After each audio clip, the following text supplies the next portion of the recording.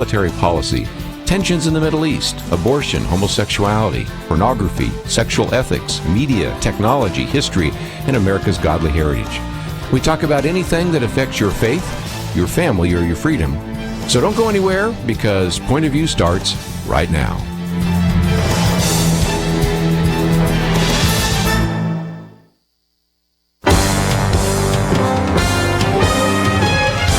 Across America, live, this is Point of View.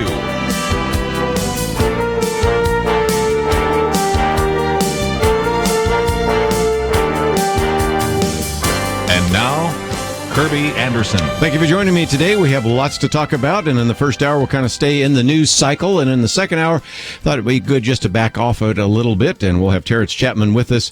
He has written this book, Do Your Children Believe? And it's really one of the best books I've ever seen on helping to keep your kids in the faith. And it is written, the foreword actually is written by Steve Green, who is the president of Hobby Lobby. By the way, Mr. Green will be with us as well in the future, so I'm looking forward to that interview. But in this first hour, got a few things to talk about, and she was confirmed. I thought it might be helpful to talk about that for just a minute before we get on to some of the other stories that we have posted on our website today at pointofview.net. First time that a vice president cast a tie-breaking vote in order to confirm a cabinet secretary. That according to Daniel Holt, who is the assistant historian in the Senate Historical Office. And so this was because you have 52 Republicans, but 2 of them said they could not vote for her, so that was a 50-50 tie. And so as a result, you had 50 Republicans, 48 Democrats, independents, and 2 Republicans. And so the tie was broken by Vice President Mike Pence. There have been all sorts of accusations that she's the worst cabinet officer ever put forward. And even though that's the kind of rhetoric I guess you'd expect from the opposition party, I might want to maybe write a note to Chuck Schumer. Maybe I should even do a commentary. I'm waiting for somebody to do a commentary on some of the worst cabinet picks ever. But on my little Post-it note here, I came up with just a couple off the top of my head, and I picked some from Republican presidents, some from Democratic presidents. So you wouldn't necessarily say that I years was the Attorney General under Bill Clinton, and that would be Janet Reno. You might remember that she wasn't the first pick. She wasn't even the second pick. She was the third pick. Zoe Baird, who had some tax problems with the nanny issue, was eliminated. Another one was eliminated, and finally you ended up with Janet Reno, and a lot of people wonder how effective she was. There was a study done the other day by foreign policy professors who concluded that John Kerry was probably the least effective Secretary of State. But, of course, you might also put Madeleine Albright in there, who was in the Clinton White House as well. If you want to reach back to Ronald Reagan, a lot of people say that the Interior Secretary, James Watt, was very incompetent.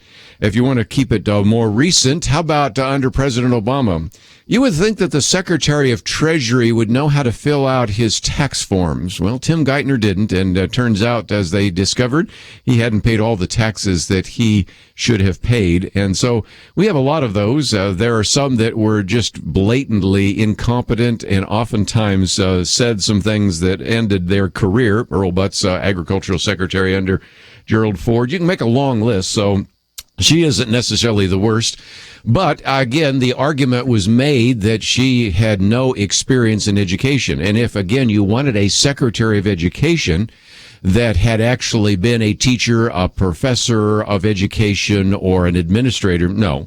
But if you, as Donald Trump wanted, somebody who was going to shake up the department and maybe even be an advocate for school choice, she might be one of the people at the top of the list on the issue of school choice, as we talked about a few weeks ago. But I thought, since we're on this, for just another minute, let me go to a piece that we posted on Friday by Kevin Williamson. And I thought it was interesting because he said, there's this image that sometimes people have of the Republican Party is full of fat cats, but then at the lower level, they have all sorts of social activists. And he said, there's another image that people aren't looking at. Paragraph, a few progressives have been wondering aloud this week why it is that Democrats have stirred themselves to oppose Betsy DeVos as Secretary of Education, while more or less going along with the nomination of Jeff Sessions as Attorney General. Betsy DeVos may have ideas about school choice that don't comport with views from some Democrats, though they comport very much with views of other Democrats, especially those in the black urban middle class, he says. But she is a relatively simple figure, a philanthropist and activist who made a career out of doing what she could to look after the interests of children. Was on that some have said that Jeff Sessions is completely unacceptable. But if you look at it, the Democratic Party and the Democratic members of Congress and the various activist groups have come after Betsy DeVos more than anyone else. And he says, here's one possibility. He says the Democrats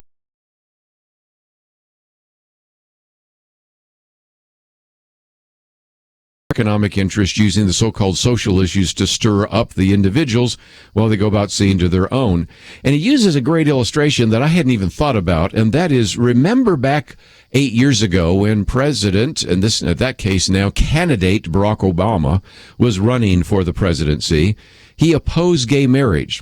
At the same time, you might remember that at that time, candidate Hillary Rodham Clinton also was opposing the issue of gay marriage. And as a matter of fact, interestingly enough, Barack Obama said, my faith teaches me that marriage is a union between a man and a woman. For me, as a Christian, it is also a sacred union.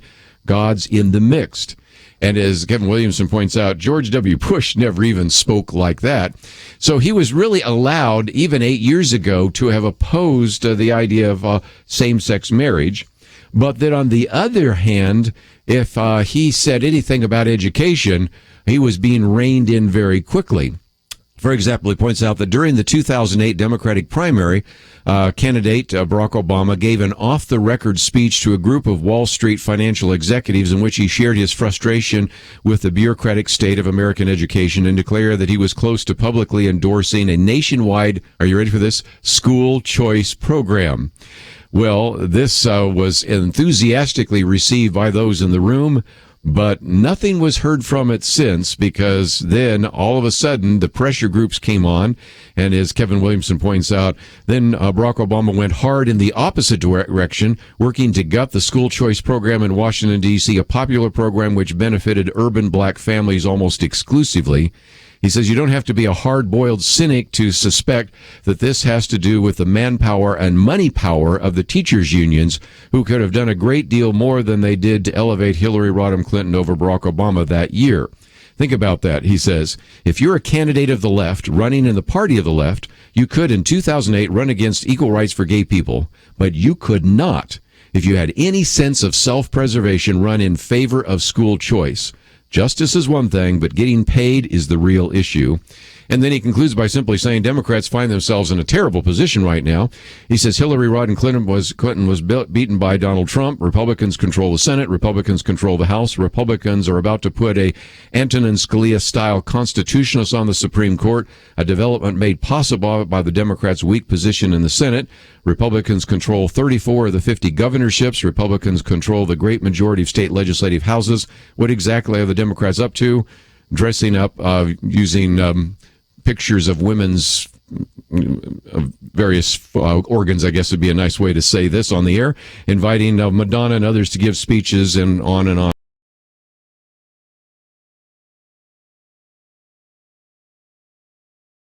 DeVos was unqualified. Why did all the guns come out against her?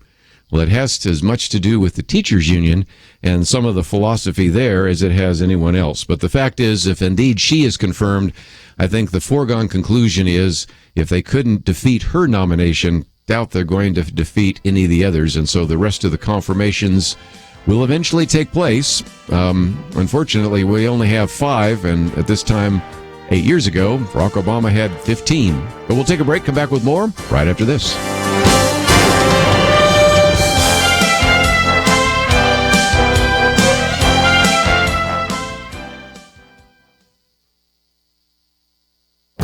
This is Viewpoints with Kerby Anderson.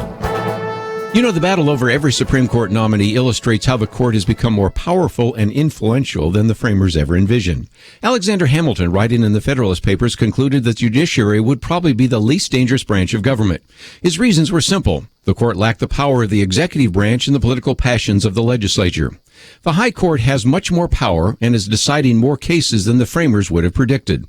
That is why Supreme Court nominees are heavily scrutinized. Not only is much at stake, but also predicting how a nominee will rule in the future has been difficult, especially for Republicans. Mark Thiessen reminds us that Democratic presidents have appointed 4 justices: Ruth Bader Ginsburg, Stephen Breyer, Elena Kagan, and Sonia Sotomayor, who all have remained consistently liberal. By contrast, Republican presidents have picked 7 justices: Sandra Day O'Connor, Antonin Scalia, Anthony Kennedy, Clarence Thomas, David Souter, Samuel Alito, and John Roberts. He says more than half have defected to vote with the court's liberal bloc on critical issues. So as a result, Democrats have a perfect record, while Republicans are not even batting 500. We'll probably see an additional battle over a Supreme Court nominee in the near future. Ruth Bader Ginsburg turns 84 in March. Anthony Kennedy is 80. Stephen Breyer is 78. Although the confirmation hearings for Judge Neil Gorsuch will be controversial enough, the battle to replace a second Supreme Court justice could generate even more fireworks. Both sides understand what is at stake by confirming a justice for a lifetime appointment to the High Court. I encourage you to watch the hearings and to pray for the senators who, according to the Constitution, must provide advice and consent to the appointments made by the president. I'm Kerby Anderson, and that's my point of view. Take Kerby and the Point of View team with you on the go with the Point of View app. Search for Point of View Radio at the Apple or Google Play stores.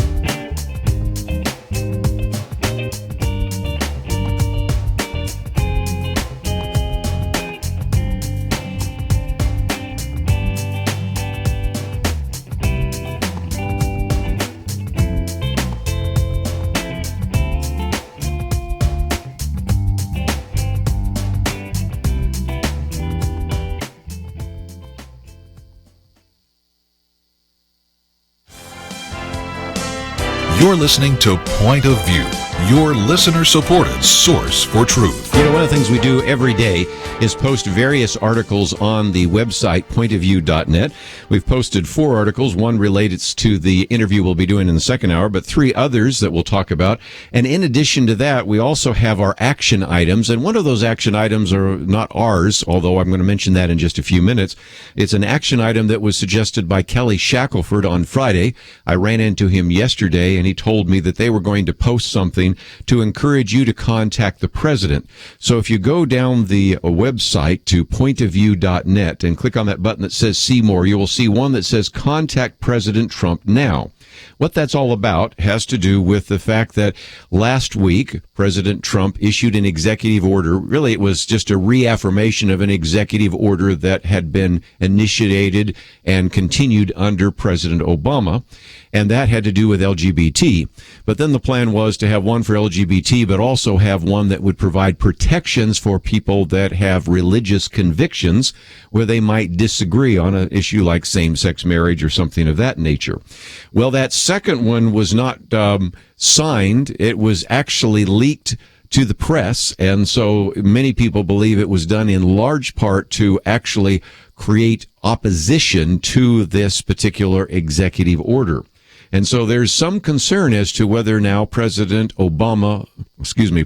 Trump will sign this. Of course, we talked about the President Obama LGBT order, but there, of course, has never been a order that would actually provide this kind of religious liberty protection, and certainly President Trump wants to do that. So this is an opportunity for you to express your opinion to the White House.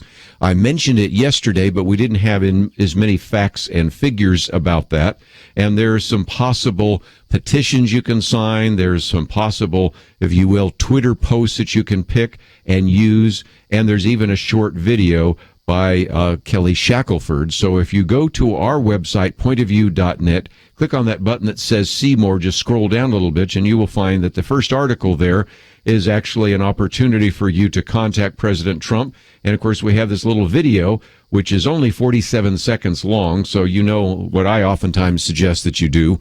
Watch the video and then click that share button, put it on your Facebook page, and let people know about the fact that there is the possibility of an executive order that President Trump will sign that would provide the kind of protections that we talk about so often here on Point of View. So I wanted to let you know that that was there. In just a few minutes, I'll talk about for you here at Point of View. But the second article, or if you will, the first article after this particular announcement, is one that I mentioned yesterday by Robert Knight. And it was, I think, something worth looking at because what we see today is an interesting split.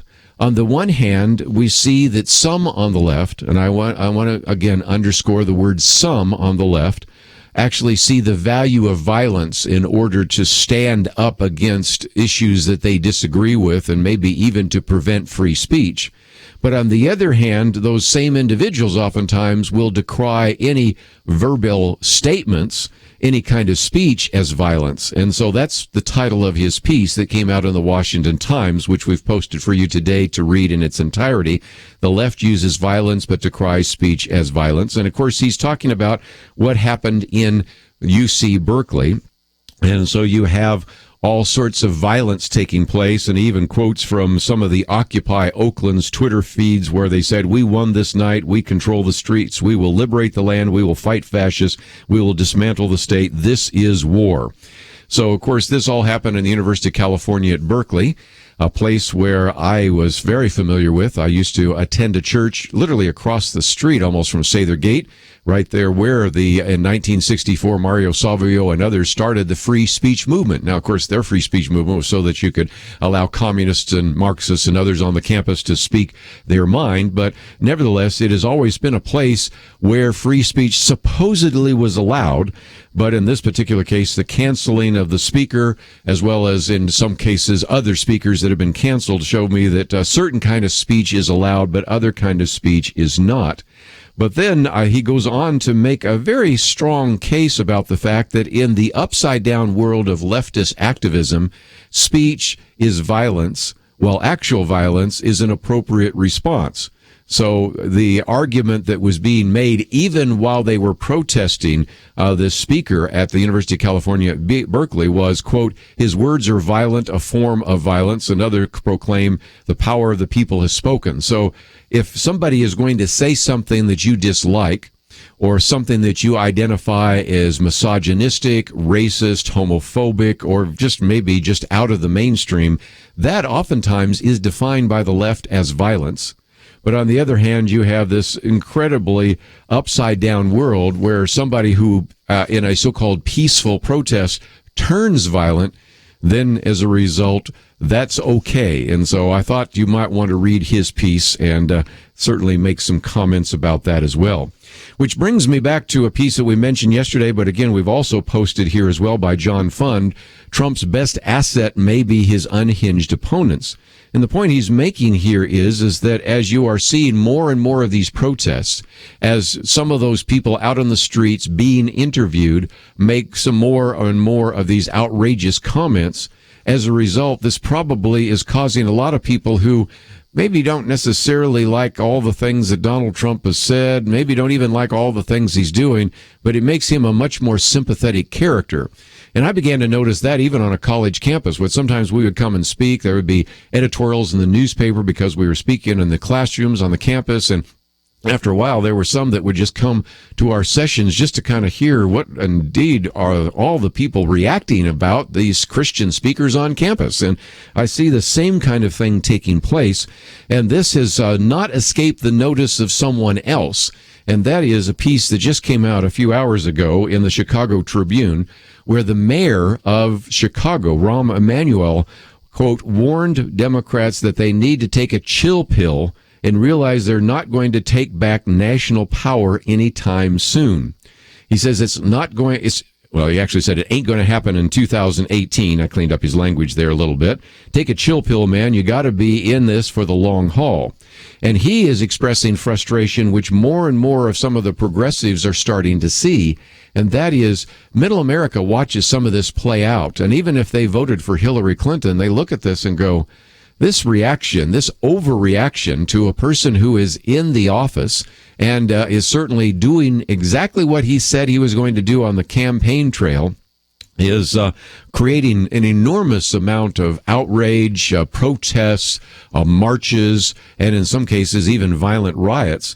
And what Rahm Emanuel, a Democrat who, of course, served in the administrations in the past, just simply said that he believes that, if anything, Democrats need to come back and kind of rethink everything. He says, winning's everything. If you don't win, you can't make public policy. I say that because it is hard for people in our party to accept that principle. Sometimes you've just got to win. Okay, our party likes to be right, even if they lose. And then he added, I don't go to moral victory speeches. I can't stand them. I've never lost an election. It's about winning, because if you win, then you have the power to go and do what has to be done. And he says, if you lose, you can write a book about what happened. Great. That's really exciting, he said sarcastically. But if nothing else, he's talking about the fact that some of these protests now have generated all sorts of backlash that may be more counterproductive to those goals that people might have had as they went out into the streets, or they've made some of these outrageous comments at various rallies, at various protests, and even on some of these talking head shows. So I thought it was kind of intriguing to see how some of this, in terms of violence and speech and unhinged opponents, and even the concern about being right rather than winning, is surfacing just in the last couple of action item for you, and that's one that we've had for a couple of days. And that is something they're calling a game changer. It turns out that the Congressional Review Act, which was passed many years ago, requires that every federal agency, as they pass a regulation, as they promulgate a regulation, is probably a better way to say it, as they put forward a regulation, they are also to send a report to Congress. And then Congress is given 60 days to determine whether or not that regulation will be kept or whether it will be removed. Now, it turns out that most people have not paid attention to the fact that it says 60 days. The 60-day clock starts not when the rule is published, but when the report is received by Congress. There are all sorts of rules and regulations that have been created by the FCC and the EPA and ATF and all sorts of different organizations and bureaucrats and bureaucratic organizations and policy groups and all the rest, which have never filed a report. So this is an opportunity to let your representative know you can go back and maybe change some of those, and this is a game changer. So again, it's on our website, pointofview.net. Go there and let your representative know how you feel. We'll be back right after this.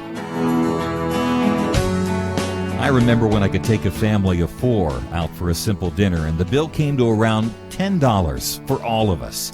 That was only about 15 years ago, believe it or not. Now, no way. But here and there, we still go out because it's kind of important to us as a family.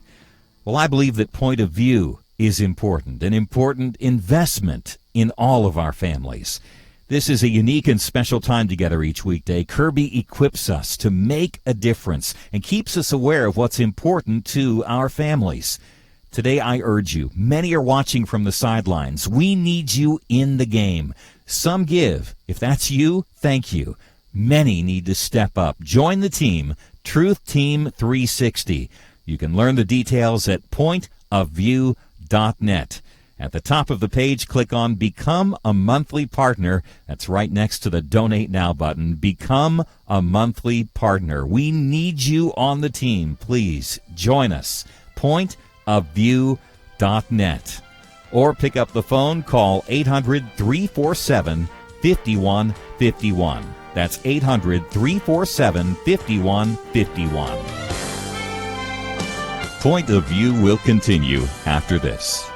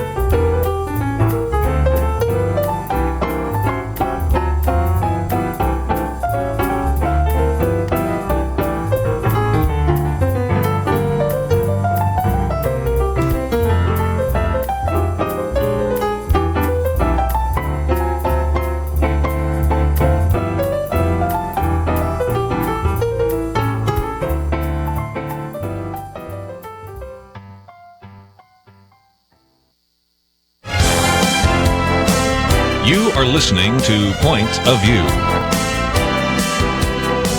The opinions expressed on Point of View do not necessarily reflect the views of the management or staff of this station. And now, here again is Kerby Anderson. If you'd like to join us, 1-800-351-1212. We're talking just a little bit about how John Funn says that Trump's best asset may be his unhinged opponents. And probably one of those leading the charge would be Representative Maxine Waters, who yesterday talked about impeaching President Donald Trump. She actually said that in one of her Twitter posts, I told Cheddar that my greatest desire was to lead Donald Trump right into impeachment. So then ask on CNN if that's the case. And she went on to say, well, I've not called for the impeachment yet, but he's doing it himself. Let me just say that the statement I made is a statement in response to question and pleas that I'm getting from many citizens across the country. What are we going to do? How can a president who is acting this matter the way he's acting? And so one of the questions would be, is it time to call for the impeachment of Donald Trump, or maybe is it time to call for the impeachment of Maxine Waters? It's, the 19th day of this administration. We're already calling about impeachment. And, of course, at the same time, some people have wondered about some of the leadership. Nancy Pelosi said she just couldn't possibly find anything to work with President Bush about. And I wanted to say, ma'am, it's President Trump, not Bush. But, okay, maybe that was a slip of the tongue. But there have been a number of those slips lately that have caused a lot of people to just wonder if, because of just the emotion and even the confusion, they forget exactly which year it is and who the president is. But nevertheless, the issue of impeachment is now on the table as of Monday because of Representative Maxine Waters. Any thoughts about that? 1-800-351-1212. One of the other articles I wanted to point you to is a piece by Michael Brown that relates very much to what I mentioned just a minute ago with some of the material that we have posted there from our good friend Kelly Shackelford. And it's an open letter, if you will, to the president and the vice president. And he says, I write this letter as a supporter and advocate, not a critic or adversary, as someone who voted for you and regularly calls on millions of Americans to pray for you. I also write this with the understanding that you have been elected to serve the American people as a whole and not just one particular faction of Americans. So he's talking about some of the different aspects of putting on a pro-life justice of the Supreme Court, securing the borders and everything. But then down to about the fourth paragraph, he says, well, you have consistently positioned yourself as a friend of the LGBT community during your campaigning, having Peter Thiel speak at the Republican National Convention and holding up an LGBTs for Trump flag at one of your rallies. You have never positioned yourself as a champion of gay and transgender agenda. Conversely, you have most certainly positioned yourself as a champion of religious freedom, and you know that without the vote of conservative Christians, with whom I identify, he says, you could not have gained the presidency. In that respect, you are a unique and important part of your constituency and some of your strongest supporters. And he says, in your first weeks in office, we have been tremendously heartened by some of your key choices you have made, and we were encouraged by the forcefulness of your speech at the National Prayer Breakfast. It is clear that your religious liberties are very important to you, and they should be, since they are the very foundation of our nation. And he goes on to talk about the fact that, you did, of course, uphold the LGBT agenda, because in large part, he signed that executive order last week. But again, this brings us back to this very important issue of when are we going to provide some kind of conscience protections for people that are religious.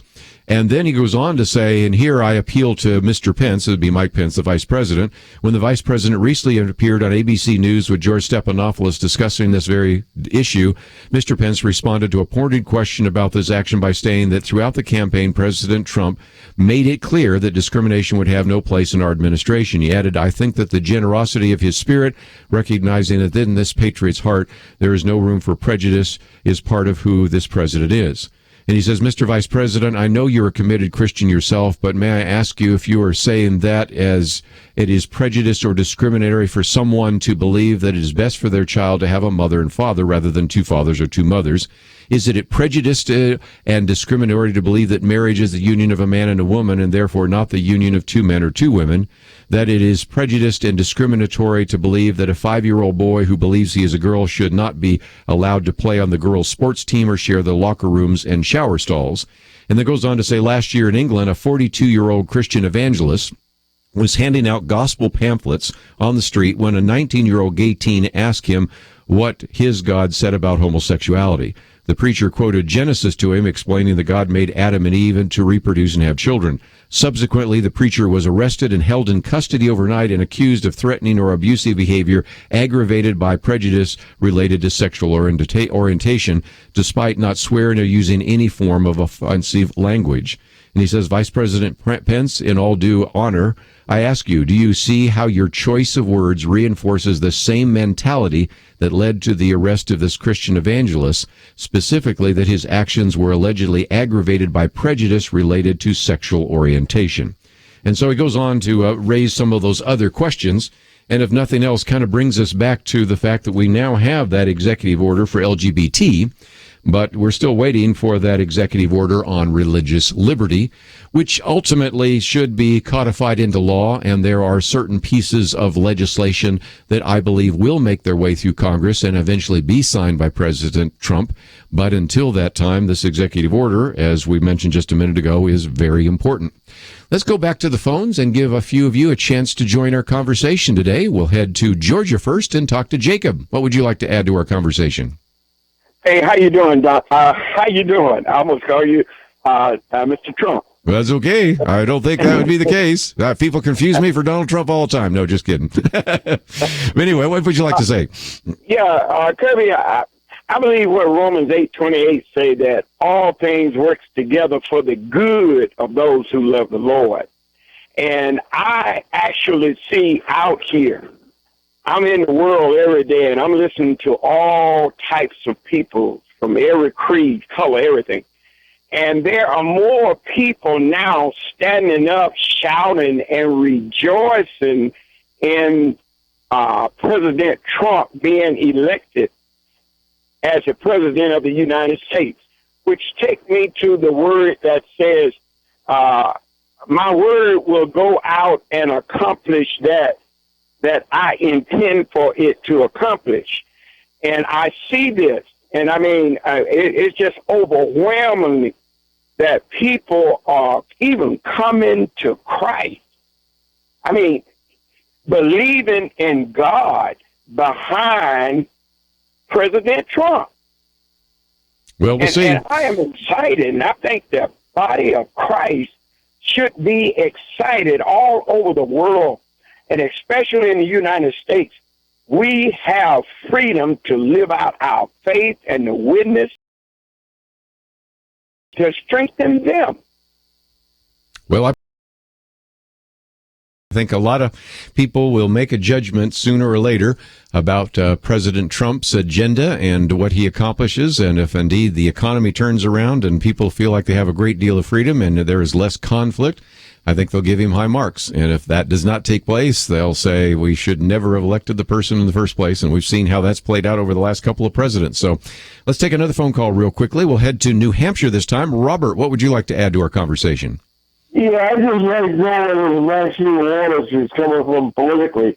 You just said that she was already called for Trump's impeachment. So what would you say? I like Trump. I like everything he's doing, but I like to know where Maxine Waters is coming from politically. Is she to the left or to the right? Is she a moderate? Oh, Maxine Waters, you talking about?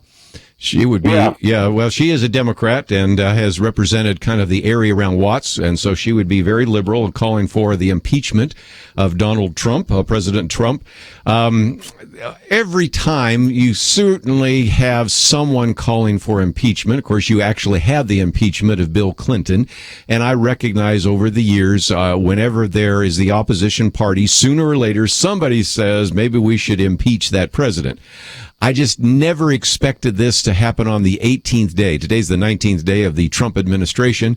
And on Monday, she essentially, actually before that, if you look at the Twitter post, seemed to be talking about impeachment. So that, to put it mildly, seemed rather premature and a good illustration of how divided the country is, or at least how contentious some of the political debate is. So if you'd like to join our conversation, we'll come back and take a few more of those phone calls. I'll step out and give you a chance to fill up this next segment full of calls. And then in the second hour, We're going to have an opportunity to hear from Terence Chatmon.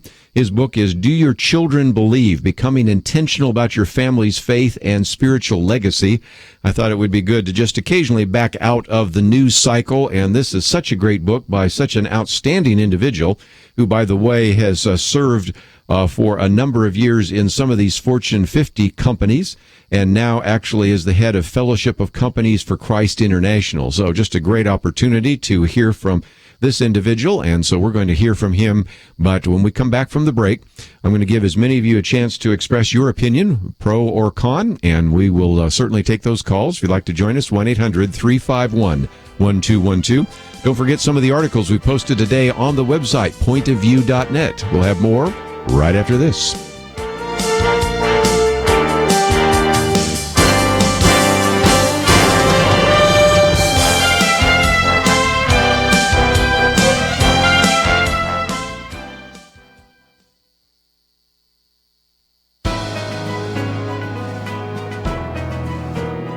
Welcome to the First Liberty Briefing. I'm Jeremy Dice.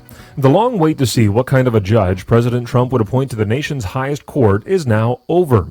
Just ahead looms the confirmation battle for Judge Neil Gorsuch. His qualifications for the office are unquestionable. With degrees from Columbia, Harvard, and Oxford, there can be little doubt about his intelligence. But what about his record as a judge?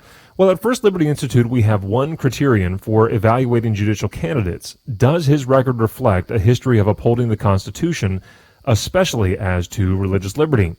Well, I'm happy to say that it does. Judge Gorsuch wrote and joined opinions supporting the rights of ministries like Little Sisters of the Poor and closely held family businesses like Hobby Lobby to be free from the burden imposed by the HHS abortion pill mandate.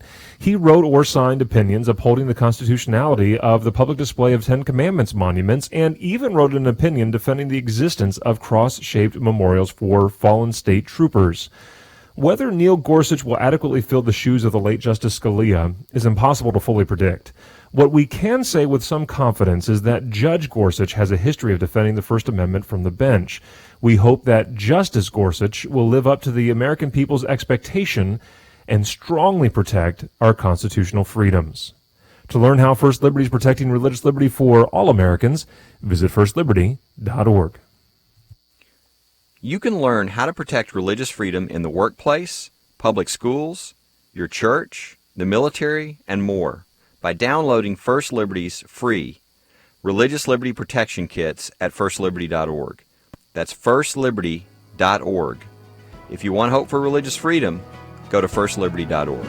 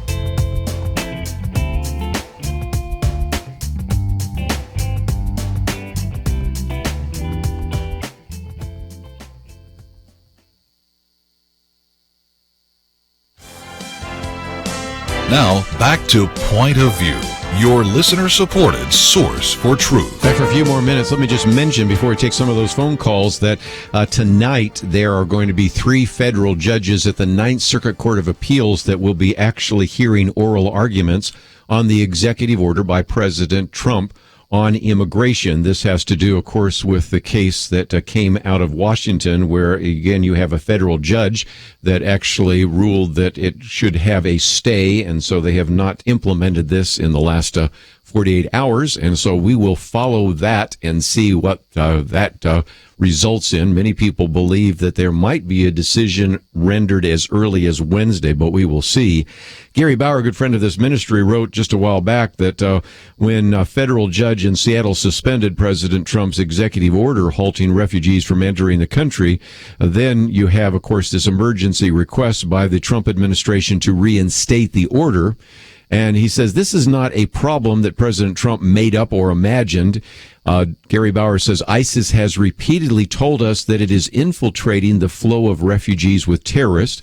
He says last summer, President Obama's CIA Director John Brennan told Congress that ISIS is probably exploring a variety of means for infiltrating operatives into the West, including refugee flows, smuggling routes, and legitimate methods of travel. Back in February of 2015, you had 8 refugees who were charged in federal court for supporting terrorism. You have a few years before ABC News reporting that 2 Iraqi refugees had been arrested in Bowling Green, Kentucky, because they were supporting al-Qaeda. And then Gary Bauer says, according to an agent involved in the case, the FBI was conducting dozens of counterterrorism investigations as a result of the failed vetting that allowed those 2 refugees to enter the country. And in response to that failure, you might remember that President Obama suspended the immigration of Iraqi refugees for 6 months, which we've talked about here on the program. And he says it may have happened again. Not even 2 weeks ago, the Los Angeles Times reported that dozens of Syrian refugees already in the United States were being reinvestigated after serious lapses in their vetting was discovered. So we will see whether any of that evidence makes its way into this decision.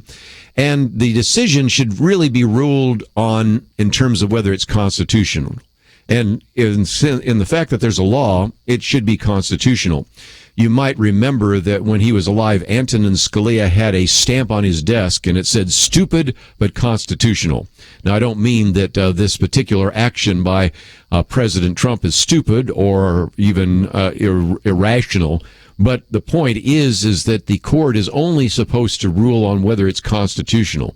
You may not like the policy. You may think a policy is immoral. You may think a policy is wrong-headed. You may think that it wasn't thought through. But that's not the issue that the court should be deciding. The court should decide, is it constitutional? And on the merits of the case, it's pretty straightforward. I've quoted from you on numerous occasions here, Title 8, that shows that indeed the president can do this, and previous presidents have done this. So we can go back to some of those issues if you'd like, but I see many of you want to address some of these other topics, so let's give you that opportunity. We also talked about the confirmation of Betsy DeVos, so let me go first to Susan in Texas. I think you have some comments about Betsy DeVos listening on KCTA. Thank you for joining us today. Yes, thank you. I had a question first that I'm not sure is true. I know that Betsy DeVos is for school choice, but I thought I had heard on the news somewhere that she was also for Common Core as a method of national education and testing, which is similar to George Bush's No Child Left Behind. And I wouldn't like to, if you have school choice, but the government can enforce Common Core and then have federal funding to tell you that if you don't use Common Core, you don't get federal funding, then you're in a mess again. Sure.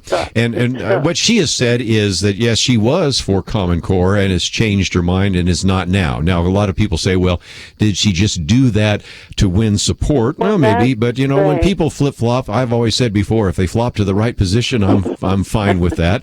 And we also recognize that President Trump has made it real clear that he's not a fan of Common Core. And, of course, those of us around this table are not a fan of Common Core. It's a disaster. So I think that the chances are slim and none that she would promote Common Core. But her biggest challenge is that she is controversial. And will there be people in the department that will just continue to do what they're doing and not pay attention to what she wants to now implement in the Department of Education? And so that's going to be the great challenge, I think, for Betsy DeVos now as Secretary of Education. Secretary of Education is not authorized to eliminate that department, is she? Only Congress can do that. Well, they can certainly begin to reallocate some of the funds and things like that. And so the good point is that you're right. It's a congressional issue, but again, we depend on some of these department heads to bring and surface the issue. And of course, she could very quickly, when she issues to Congress the budget for next year, zero out the funding for that department, and that essentially is another way in which you can have an impact. So we'll see.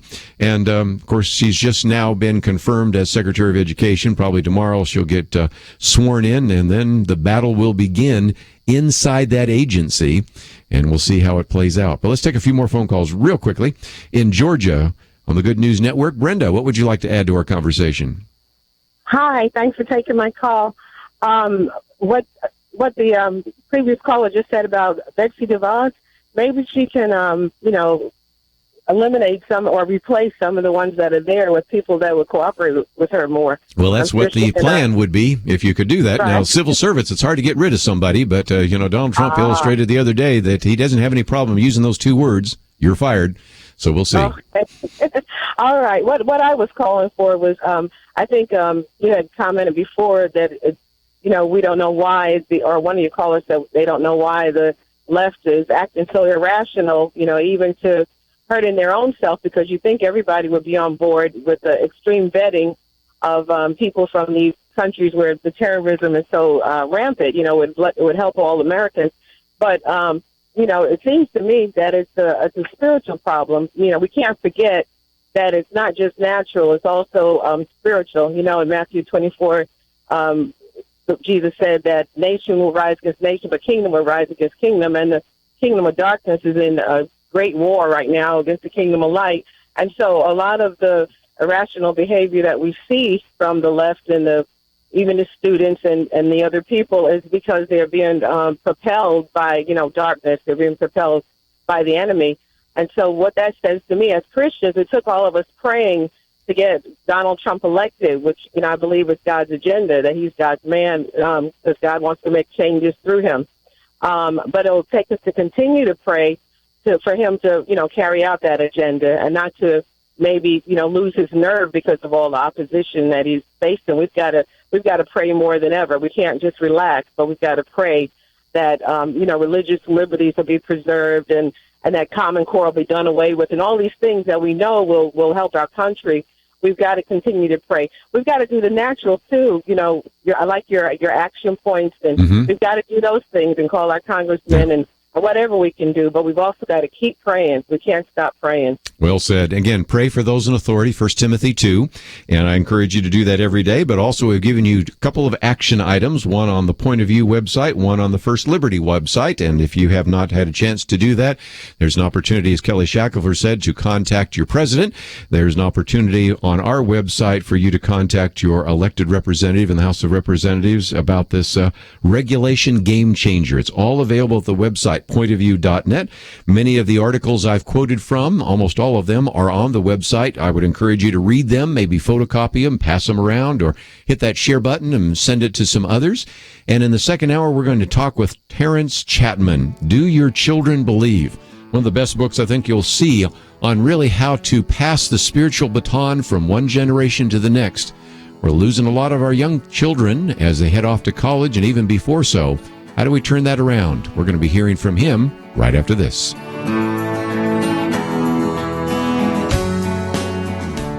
Modern life is go, go, go, and Point of View is absolutely ready to go with you. I dare say that most of us have access to either a smartphone or a tablet, maybe even a computer that is app-based.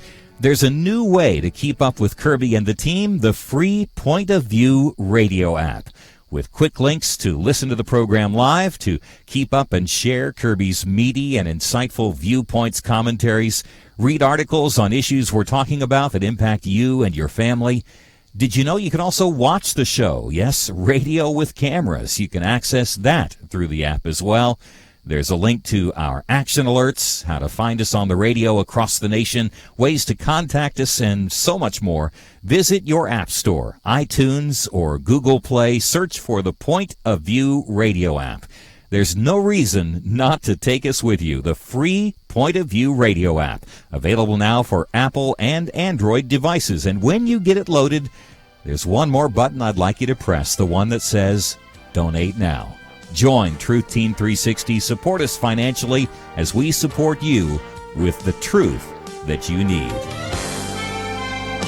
Point of View will continue after this.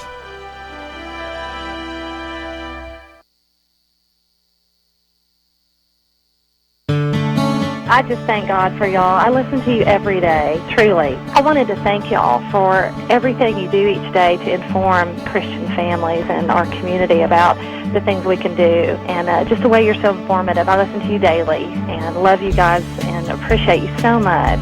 God bless you, Kerby, for keeping this show so on track and for the decades of wonderful help to this nation that Point of View has been. We're all big fans of your work, and we pray that God will just prosper it. As a Christian, over the years that I've followed this program, I am constantly challenged to be on guard and to evaluate what's going on. And if for no other reason, to protect the caliber and the truth of your programming, I need to participate and to back your program financially to ensure that the truth stays out there for people to hear, to view, and to be a part of.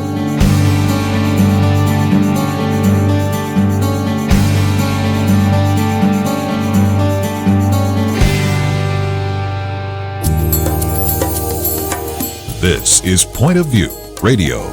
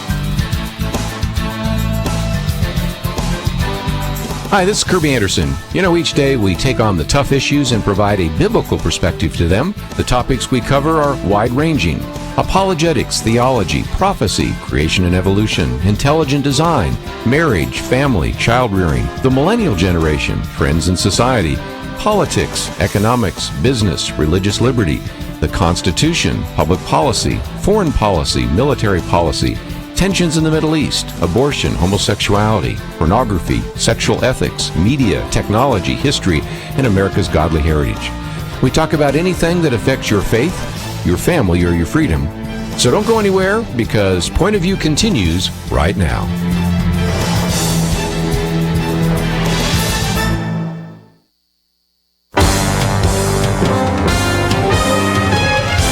Across America, live. This is Point of View.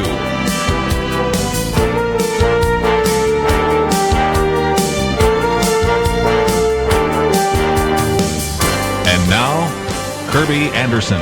I've been looking forward to this interview in large part because, as an individual that over the years has seen young people go off to college, or even before they head off to college, even in high school, begin to stray away from the spiritual moorings of their parents, I've always felt that there was a real need for us to be able to pass the spiritual baton from one generation to the next, to do that in an intentional way. And I came across this book, which has actually been home tested with over 100,000 parents. So it isn't just some speculation. It's worked very well. And in addition to that, it is written by an individual who I've had such respect for, an individual that has over the years worked with various companies like Johnson & Johnson and Citibank and Coca-Cola. But Terence Chatmon is, of course, now the president and CEO of a great organization that you need to know more about, the Fellowship of Companies for Christ International. It's a network of various executive leaders spanning almost 100 different countries. Graduate of the University of Illinois, an individual that serves as an elder in his own church, a Bible study leader, and of course, most importantly, a husband and father, and author of this book, Do Your Children Believe? Becoming Intentional About Your Family's Faith and Spiritual Legacy. And we have information about it on our website, pointofview.net. Terence, thank you for joining us today here on Point of View. Thank you, Kerby. It's an honor, and I'm looking forward to a conversation. Well, I am too. You certainly bring a lot to the table in terms of not only your expertise in the corporate world, but also taking some of those principles out of the corporate world, as well as biblical principles, and helping us all be a lot more intentional about being a spiritual leader. And you start the book by saying, I've never really met anybody, any man, who was a spiritual leader that didn't want to be a spiritual leader in the home. It does seem to me that all of us want to be effective in doing that, and certainly mothers want to be effective in doing that, but there isn't any manual you get when your first child is born, and this is maybe one way to begin to help us understand how to become much more intentional about that. It sure is. You're telling my story. I wanted to do the right thing, just simply didn't know how. I was one of those who was raised in the church, certainly had loving parents and so forth. And I wanted to do the right thing. The fact of the matter is I had abdicated the responsibility of raising our kids in the Lord to my wife and to the church while I was out in corporate America, being what we call successful. But I learned that the loneliest moment in life is when you have achieved your most wondrous dreams and it's left you unfulfilled, it's left you empty. And we begin to measure ourselves by what we do.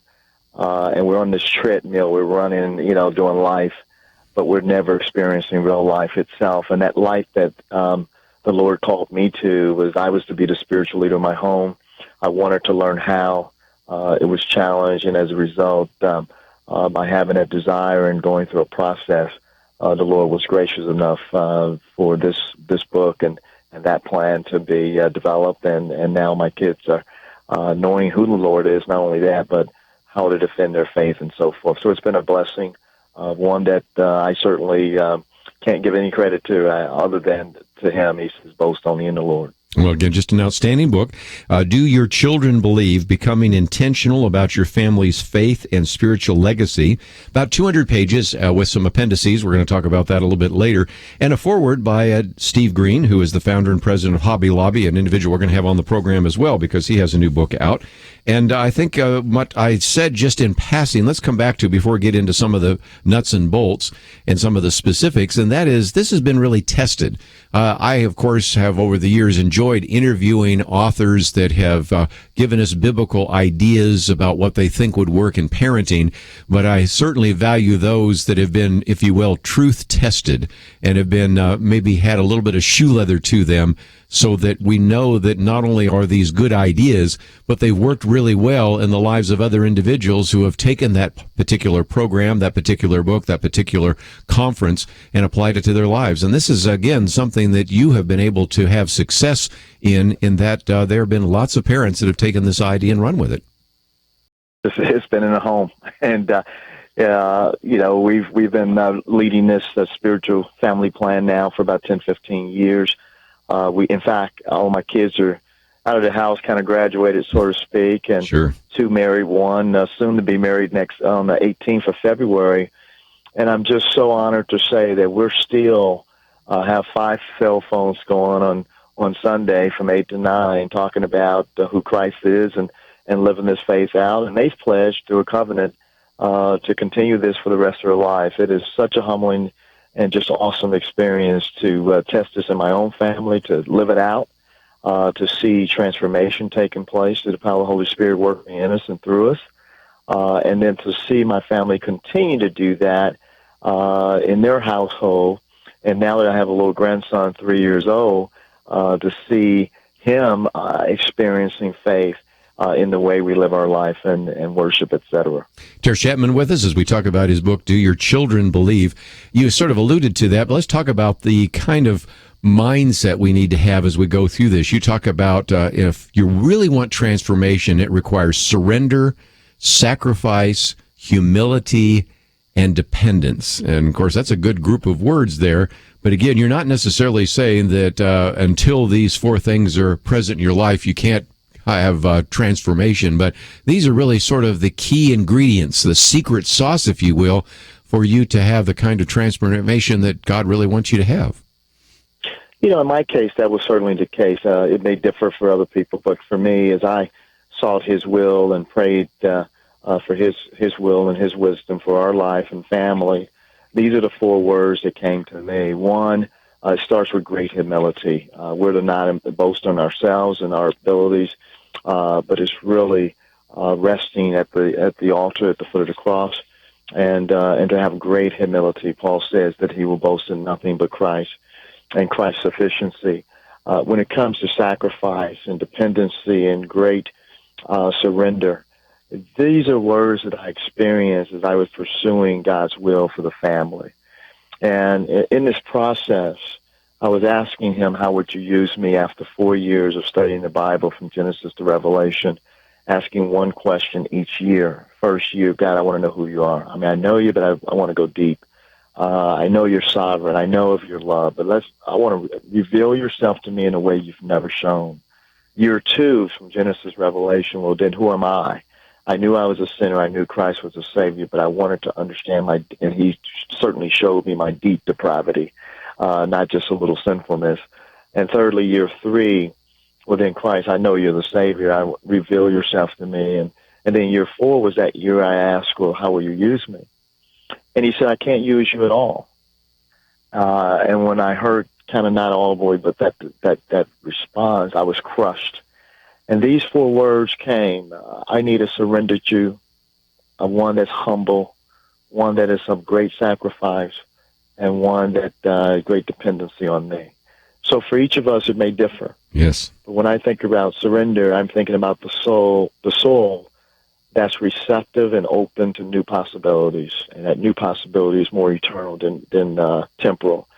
When I think about humble, I think about the soul that's been tilled up and turned over. And that's what had to happen in my life. When I think about dependency, I think about the soul that's continually being cared for, nourished, and watered. And finally, when I think about sacrifice, I think about that soul that gives all the glory for its soul to God alone. Continue our conversation with Terence Chatmon right after this.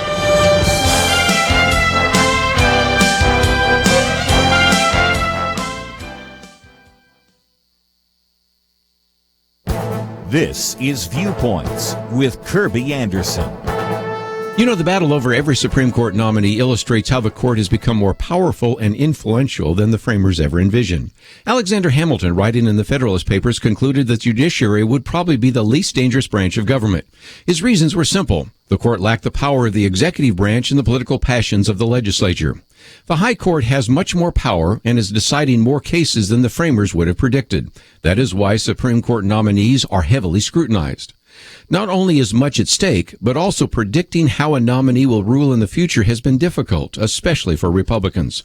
Mark Thiessen reminds us that Democratic presidents have appointed 4 justices: Ruth Bader Ginsburg, Stephen Breyer, Elena Kagan, and Sonia Sotomayor, who all have remained consistently liberal.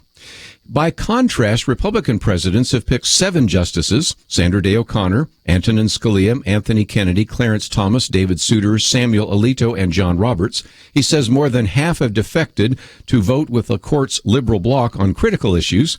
So as a result, Democrats have a perfect record, while Republicans are not even batting 500.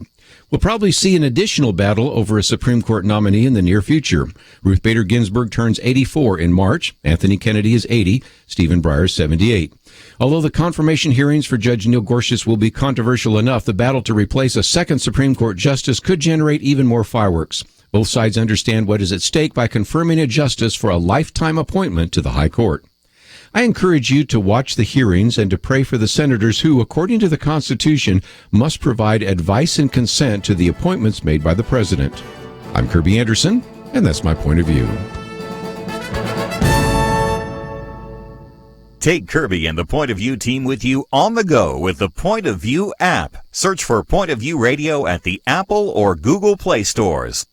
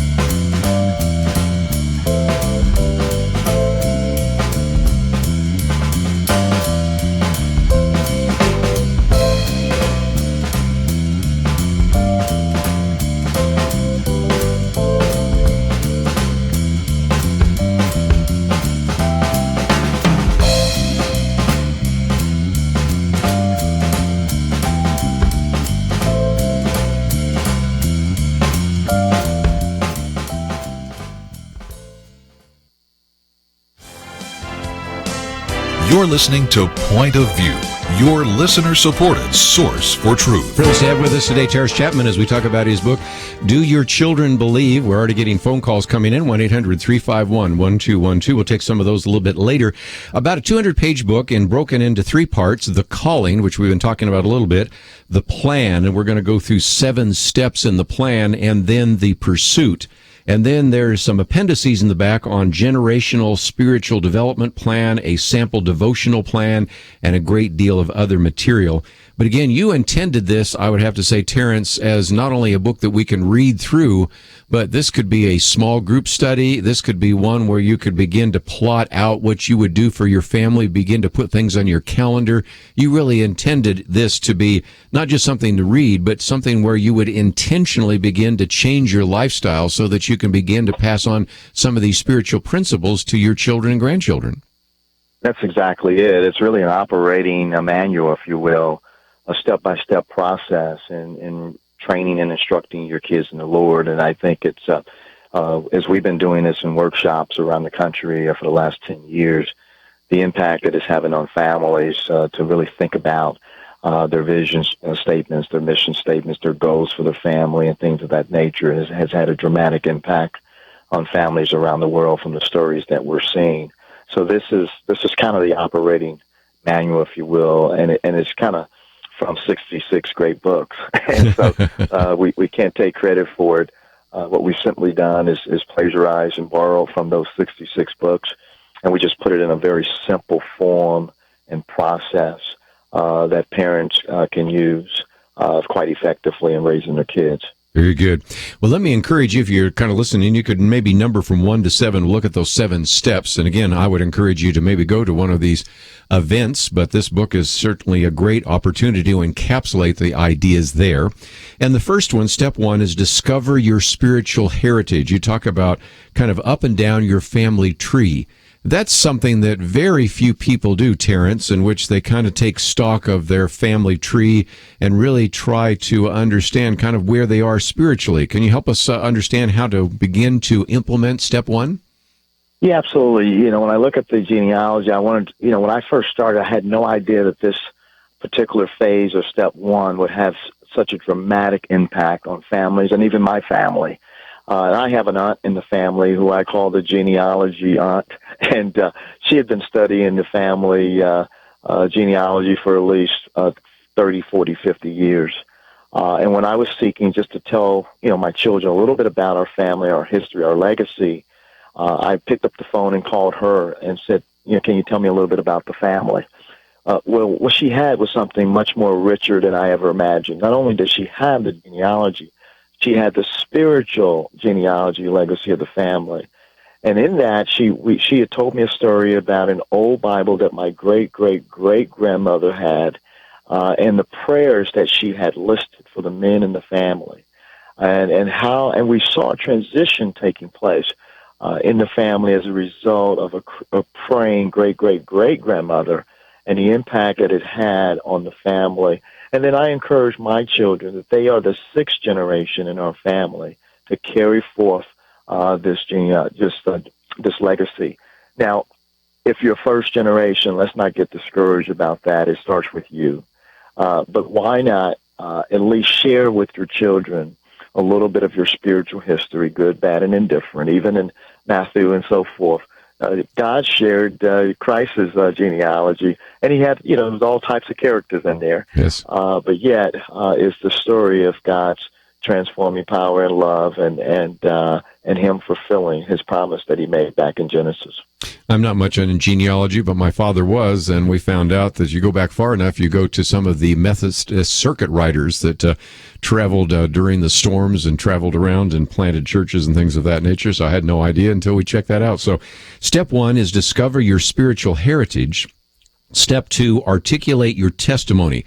That's really kind of the story of your life. How do we go about doing that? It's 3 simple stages. We teach our kids how to share their testimony in about 3 minutes or less, and you can imagine that. But we talk about a life before Christ. What was your life like before Christ? How did you come to Christ? What is that story? And then what does your life look like after Christ? And so we want them to reflect on a life before Christ, how they came to Christ and their life after Christ, and how they're becoming more and more like Christ. The personal testimonial is the most powerful story that you can tell. It's really a story about your brokenness, but yet a Redeemer who reconciles. It's the greatest story ever told. I don't know if you've ever heard your children's testimony, or if they've heard yours, but I tell you, it is a moment that you'll never forget, and one that really impacted our family as we shared. Oh, very good. Step 1, of course, discover your spiritual heritage. Step 2, we talked about articulate your testimony. Just maybe get to one more before we take our break. Who, what, and how. Define your values, your vision, your mission. And I know that's really important in your conferences to really kind up with a mission statement. Get us started on how that takes place, because that's a little more lengthy process, isn't it? It really is. These are the areas that we focus primarily on in the workshops specifically, because one, we start with values. It's the foundation of your belief system. I remember in the Truth Project, it talked about, do you really believe what you say you believe is really real? Well, here's the foundation of your beliefs. And so we start with values before we begin to move in the vision, which is, where are you heading? What do you want to accomplish? And then the mission is simply, how do you achieve that vision? And so, God gave us an amazing vision in Isaiah, when he in Isaiah 6, when he gave us a glimpse of the heavenlies. He gave us a glimpse of Jesus Christ in the scroll. And what is our glimpse for our family? What's our vision statement? What's our mission, which is the pathway to achieve this great mission that he's put us on? So it was a very rich process for me and my family. And for us, that vision is to have unity in the spirit and to see everything that we deals with, where are we in the spirit? How do we have unity in the spirit? Not only in this life, but also it leads into the next life, the eternal life. Because I'm saying to them as a challenge, we want to be there. We want you there, and we know that it's through faith and the grace by Jesus Christ. So he is sufficient, but we want them to get a glimpse of what's the hope that he's offering us. And what you take them through, in some respects, is what I know you probably did at Johnson & Johnson and Citibank and Coca-Cola and others. You know, your values. You talk about some of these values are essential ones and kind of core values. And, of course, they are even eternal values. Then you have some essential values are ones that you don't yet value. That gets back kind of the Truth Project and things of that nature. Values can incorporate every facet of life, and values are timeless, not temporary. And you really have to do the hard work of values before you get to vision and mission. And I know that's something you've done in the corporate world, and you really took some of the things you learned there, as I understand it, and brought it into your family. You know, I sure did. You know, I experienced probably one of the most tragic incidents in America in 1982, the Tylenol scare, where 7 people lost their life with tainted cyanide capsules of Tylenol. But I watched an amazing CEO, Dr. James Burke. I watched how he orchestrated that process, but the one thing he led us to was our credo. And in our credo, it really shares our value as an organization. And in that credo, the number one value that we had in that organization is that people. We valued the customer. That was the number one value beyond what we spent in marketing and so much other stuff. And I remember as we were sitting around the table discussing the recovery process, and Chicago being my territory, I remember someone asking the question, Dr. Burke, are you aware what this is going to cost us? It's going to be, north of $100 million. And I remember his response to this day. He says, listen, never again do I want to entertain a question around dollars when it has to do with this issue. He says there's never a wrong time to do the right thing. And we're going to do the right thing in our customers, which was the value of the heartbeat of Johnson & Johnson on our credo. He says our customer is where we need to focus. Imagine that lesson that a 21-year-old man watching even in corporate America have those type of values and being able to bring something even deeper to your family. So it starts with values. It starts with your foundation, your DNA, what really makes you, what do you really prioritize that's non-negotiable? And we wanted to start there. Well, let's take a break, and when we come back, we'll take some phone calls. 1-800-351-1212. Looked at a couple of those important steps, and we'll get into a few more, and also talk about the pursuit and legacy. It's just all part of the book, Do Your Children Believe? Terence Chatmon with us, and again, he is with a group called Fellowship of Companies for Christ. We'll also talk a little bit about that, and we have a link to his website, also information about the book. You perhaps can find it in your local bookstore. Well, we've also made it easy for you to order as well. Published by W Publishing, which is an imprint of Thomas Nelson. Let's take a break. We'll continue our conversation right after these important messages.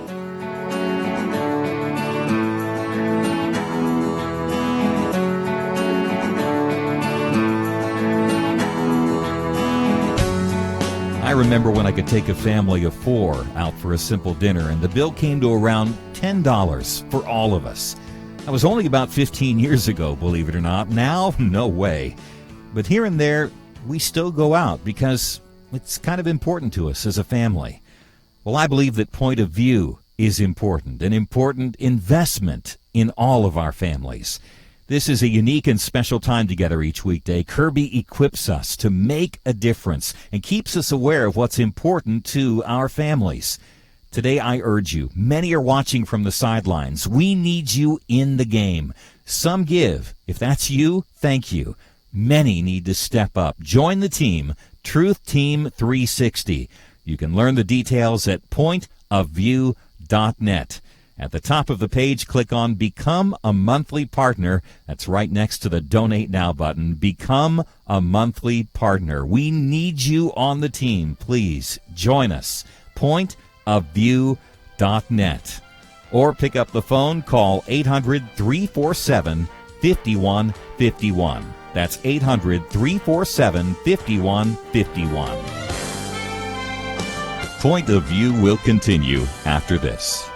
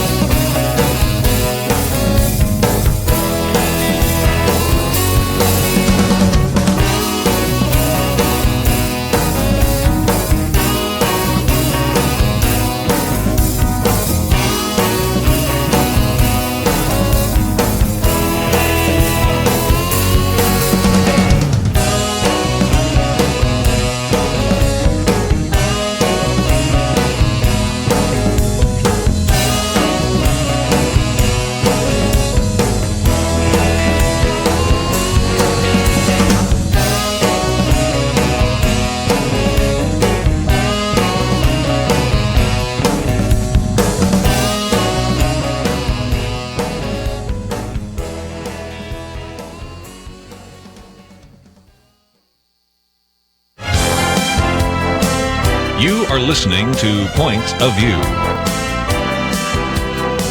The opinions expressed on Point of View do not necessarily reflect the views of the management or staff of this station. And now, here again is Kerby Anderson. Continue our conversation today with Terence Chatmon. Again, the book is entitled Do Your Children Believe?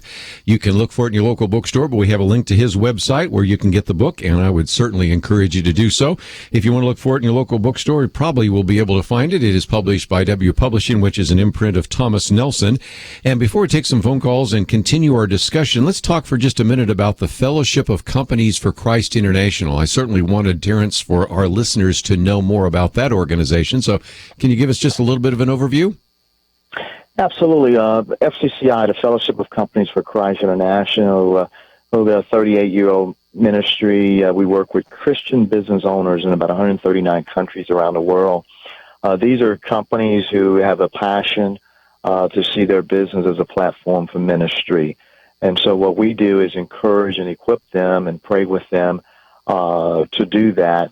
But particularly our core is we have what we call business leadership groups, peer-on-peer discipleship groups, where men and women are really walking with one another, doing life with one another on a weekly basis for an hour and a half.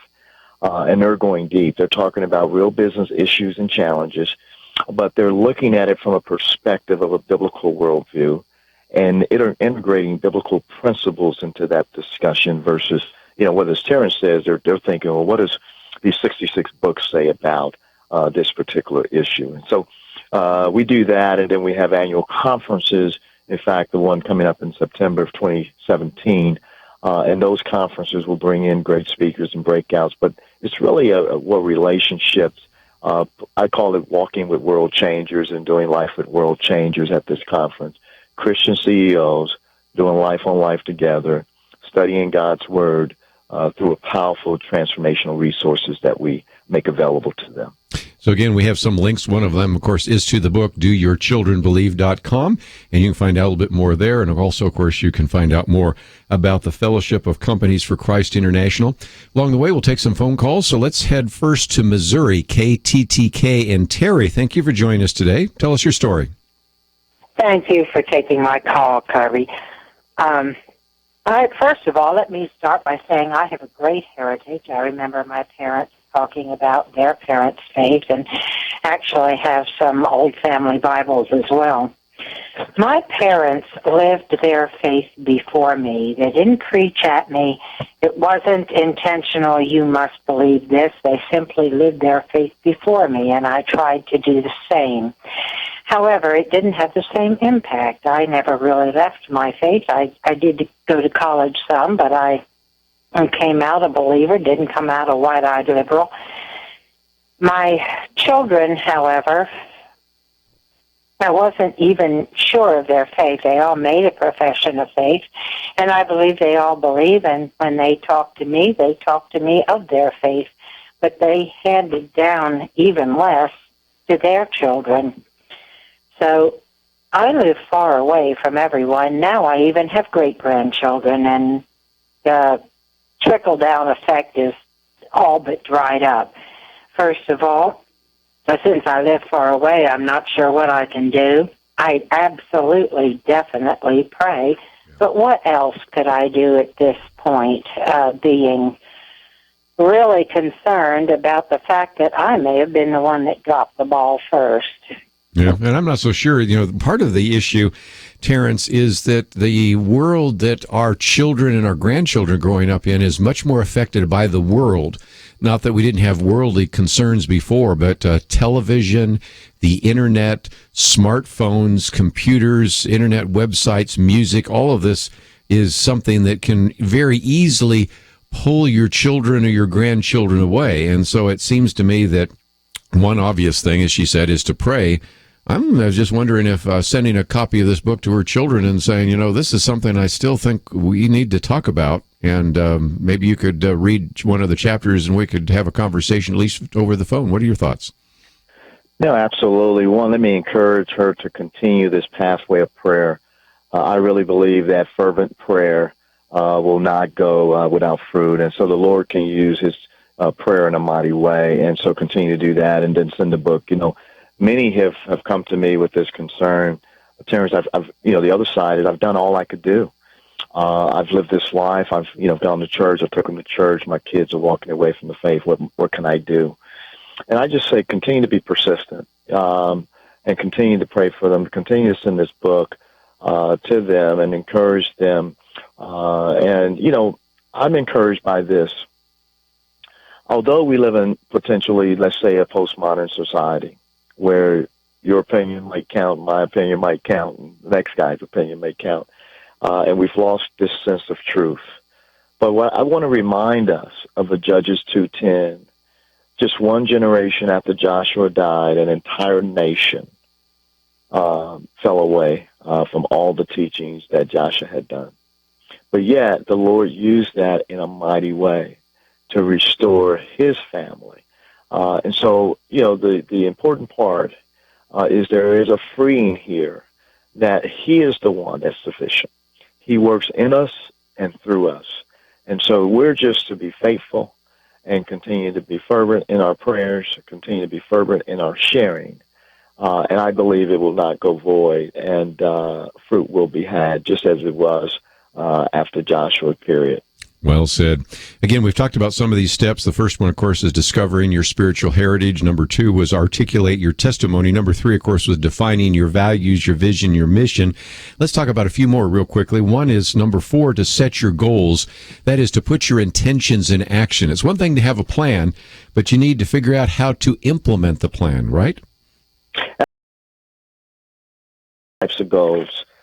These are the things that help the spiritual development to mature.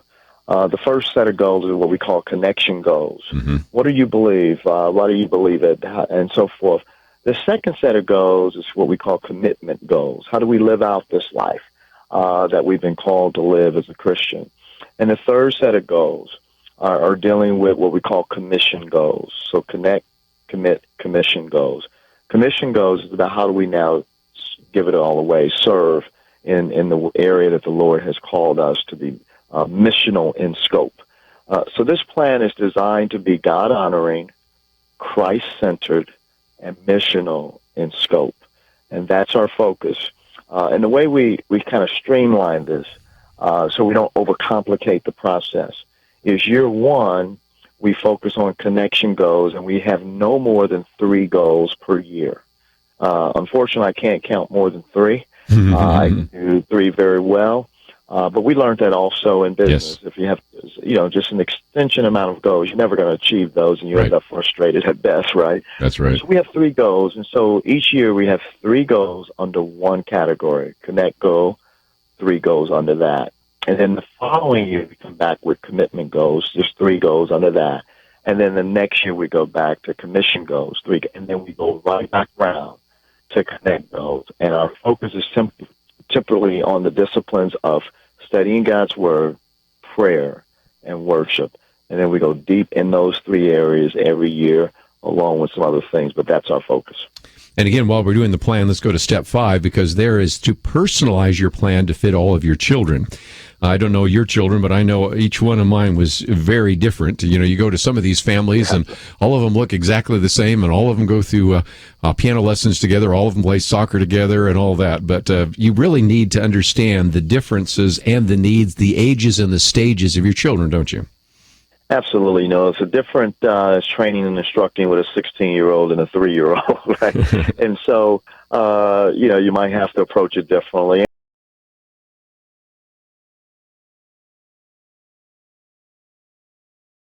Carved out some different examples in the back of the book and the appendix to give you some ideas as to how to approach this with a younger family and how to approach this with a little bit more older family. I started a little bit later. Our kids was in church and things like that, but this planning process, we started when our kids were around 10 at the youngest, and our oldest was somewhere around 13, 14, and we still do it today, and they're in the 20, 30s. And so what I found is that you have to take a different approach, obviously, with the age and stage of your children, and set goals accordingly. Well, let's take a break. When we come back, we've looked at 5 of the steps. We'll get 2 more, and we'll take another phone call, but we do have one of those mandatory breaks. And if you just joined us, been talking with Terence Chatmon. Do your children believe? Becoming intentional about your family's faith and spiritual legacy. And if you haven't had a chance to hear this or would like to hear it again, don't forget, you can certainly go to our website, pointofview.net, and download the podcast so you can listen to it anytime you like. You go to our YouTube channel and watch it, and this is a way we can maybe help you take the spiritual baton from your generation, pass it on to the next. And as he said, it's never too late. Obviously, starting early is better than late, but any time in which you take the time to pass on some of the spiritual legacy, that is something we really encourage you to do. We'll come back and talk about those other 2 stages and take some phone calls. All that coming up right after this.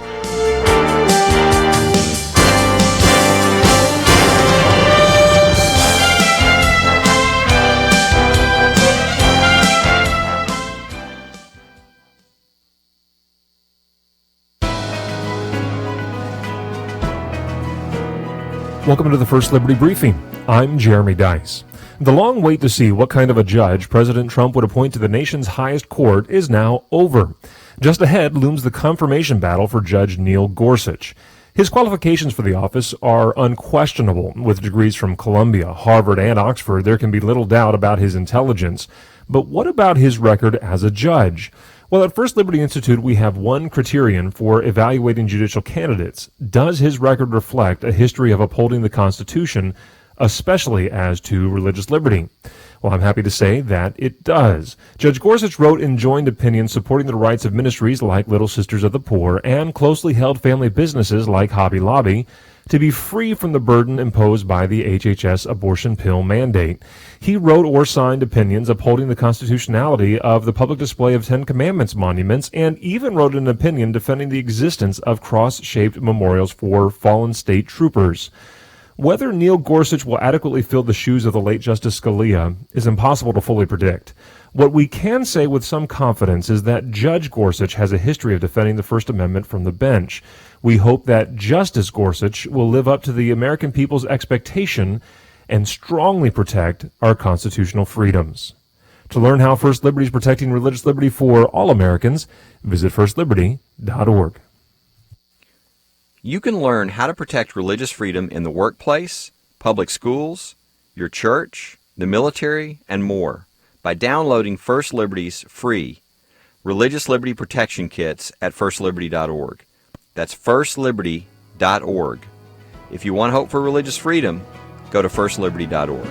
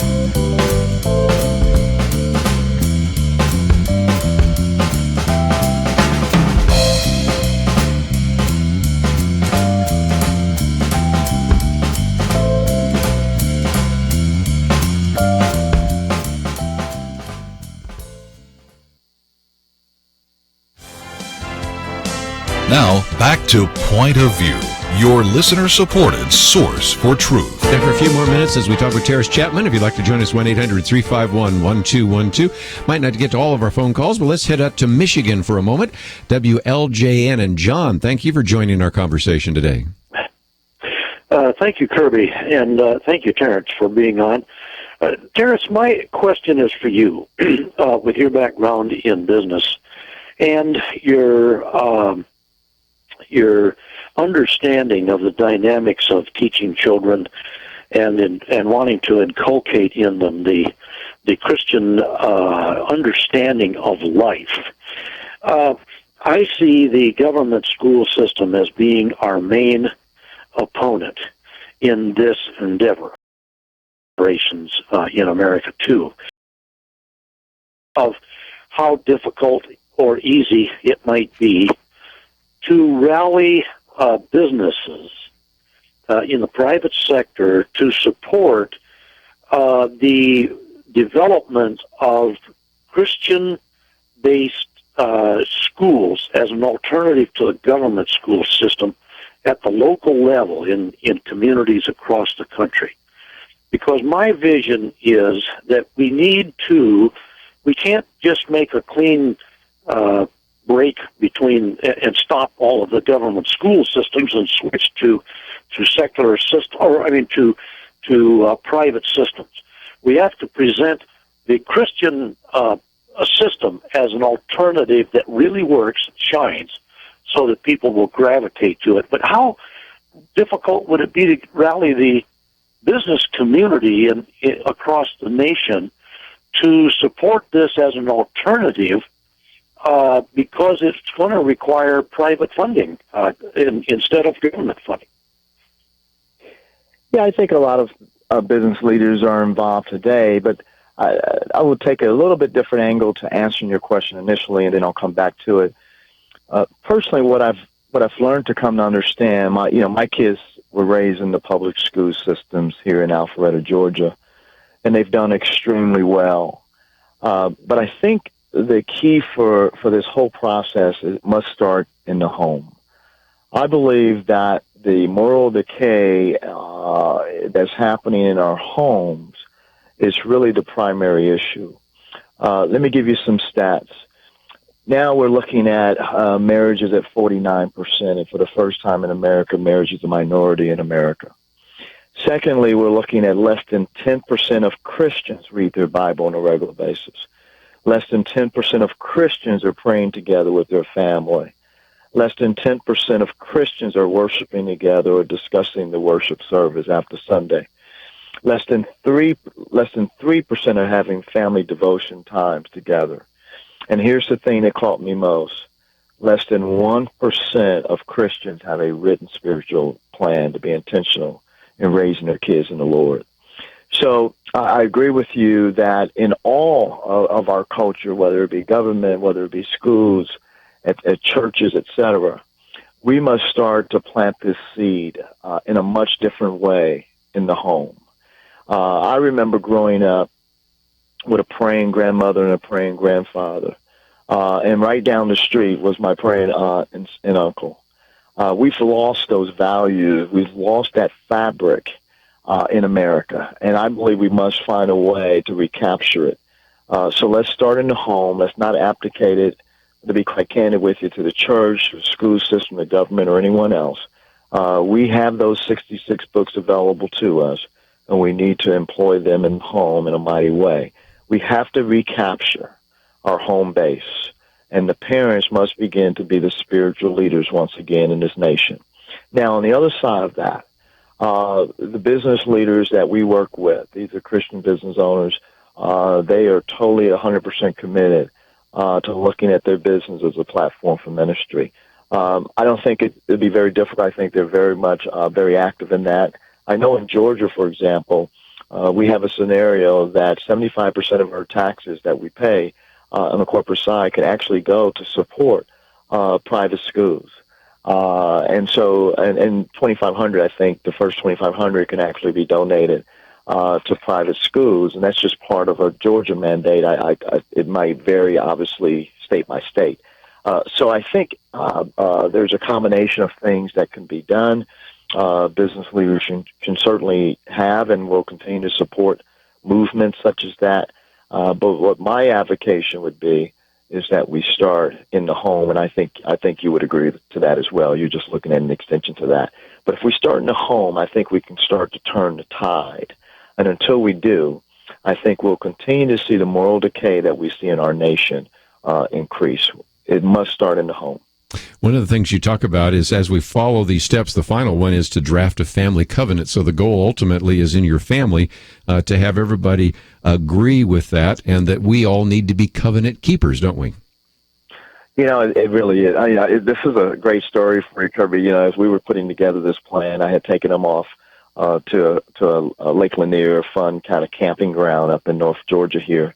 And we had a lot of fun and playing golf, putt golf, and a whole lot of other things. So it wouldn't, be too spiritual for them, And of course, I want to go on record that I do have the scorecard where I did come in first place in the putt. So I want to go on record with that.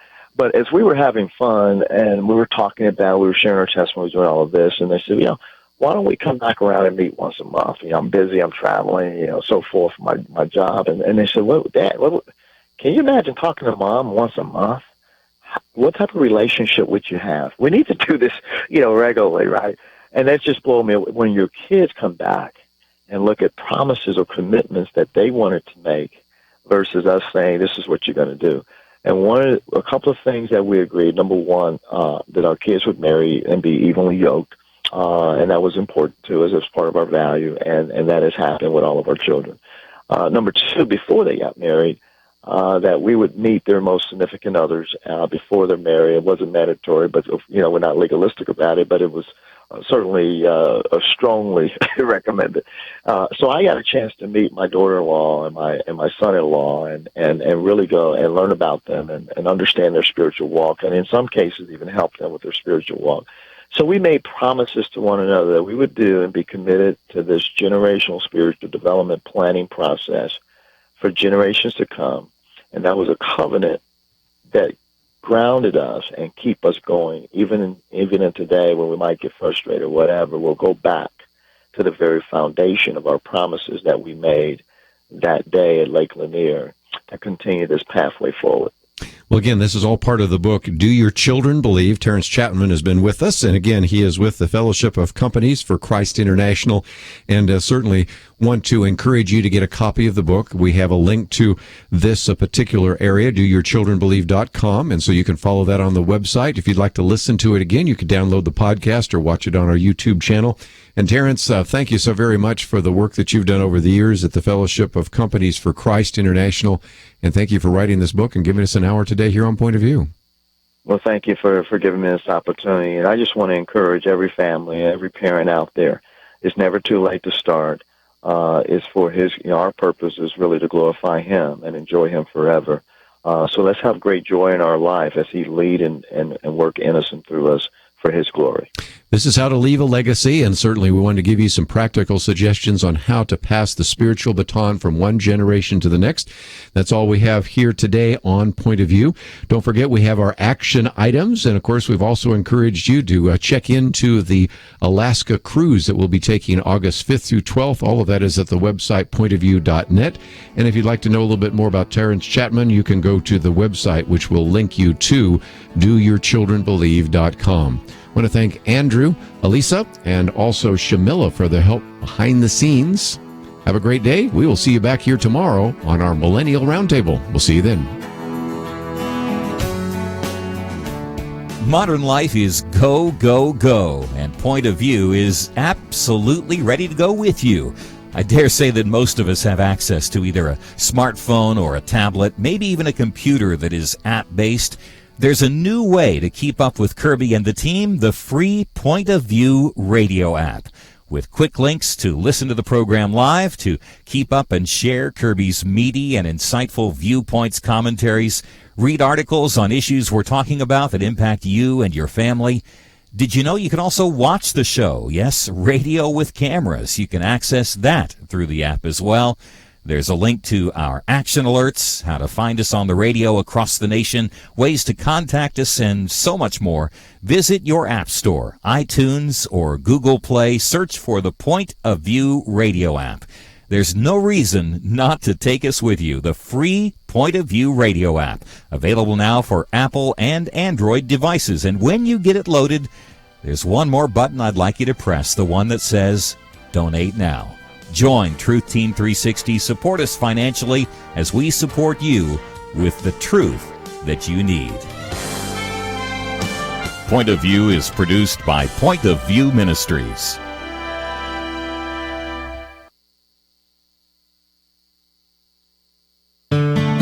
I just thank God for y'all. I listen to you every day, truly. I wanted to thank y'all for everything you do each day to inform Christian families and our community about the things we can do, and just the way you're so informative. I listen to you daily and love you guys and appreciate you so much. God bless you, Kerby, for keeping this show so on track and for the decades of wonderful help to this nation that Point of View has been. We're all big fans of your work, and we pray that God will just prosper it. As a Christian, over the years that I've followed this program, I am constantly challenged to be on guard and to evaluate what's going on. And if for no other reason, to protect the caliber and the truth of your programming, I need to participate and to back your program financially to ensure that the truth stays out there for people to hear, to view, and to be a part of.